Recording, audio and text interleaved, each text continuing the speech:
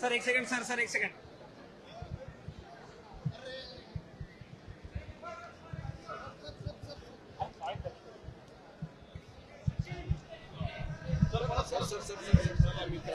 चला सूप वाजलंय, काय प्रतिक्रिया आहे? नमस्ते अधिवेशनाचं सूप वाजलंय, काय प्रतिक्रिया आहे?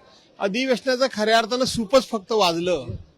अधिवेशनामधून जे काही अपेक्षित होतं तशा पद्धतीची कुठलीही चर्चा, महाराष्ट्राच्या हिताच्या दृष्टीनं कुठले काही निर्णय, कायदा सुव्यवस्थेबद्दल गांभीर्यानं काही चर्चा, केवळ आता बाहेर ओरड सुरू झाली की विदर्भ मराठवाड्याला या अधिवेशनातून काहीच मिळालं नाही म्हणून केवळ आणि केवळ जुन्या झालेल्या योजना वाचन झालं. परंतु राज्य हे संपूर्ण किंवा सरकार हे संपूर्ण राज्याचं असतं. एकंदरीत राज्याच्या दृष्टीनं किंवा सर्वसमावेशक अशा पद्धतीची कुठलीही चर्चा झाली नाही, कुठल्याही घोषणा झाल्या नाही आणि राज्याकरता म्हणून काही सरकारकडून देण्यात आलं नाही, मिळाले नाही अशी परिस्थिती अधिवेशनाची आहे. ज्या पद्धतीनं कायदा सुव्यवस्थेची परिस्थिती निर्माण झाली या राज्यामध्ये, त्यावरून एकंदरीतच सभागृहाची काय परिस्थिती होती? भयानक मत काय होतं? सरकार बिलकुल गंभीर नाहीये. कायदा आणि सुव्यवस्थेची एवढी भयानक परिस्थिती, गंभीर परिस्थिती निर्माण झालेली आहे.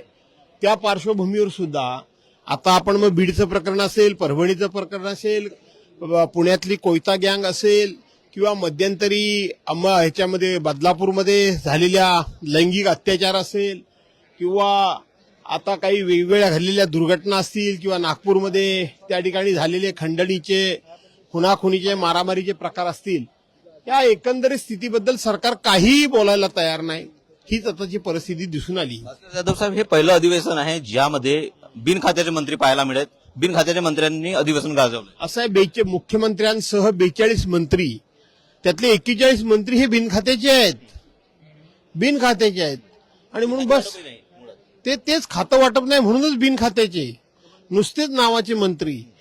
16 तारखेला अधिवेशन सुरू झालं, 15 तारखेला मंत्रिमंडळाचा विस्तार झाला आणि मग जर त्यांना खातंच द्यायचं नव्हतं तर मग त्यांचा विस्तार कशाला करून घेतला, मंत्रिपदाची शपथ कशाला दिली?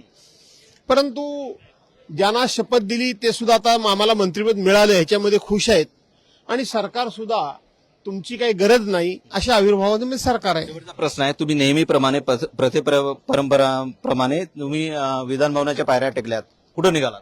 नाही निघालं म्हणजे ज्या दिवशी अधिवेशन संपतं, म्हणजे अधिवेशनाला पहिल्या दिवशी मी येतो त्यावेळेला मी नमस्कार करतो पायऱ्यांना आणि अधिवेशन संपताना घरी जाताना मी नेहमी नमस्कार करतो.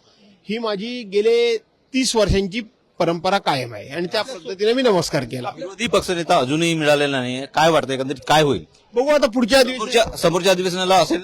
पुढच्या अधिवेशनाला विरोधी पक्ष नेता मिळेल अशी अपेक्षा करूया. मी महाराष्ट्रासाठी कुमार टेंबरे, नागपूर.